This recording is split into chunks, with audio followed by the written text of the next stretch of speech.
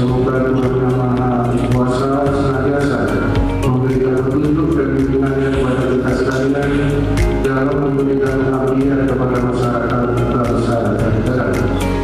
Selanjutnya dengan mengucap Bismillahirrahmanirrahim, latihan praktasi kesabaran pertahanan tahun 2025 secara resmi saya nyatakan dimulai.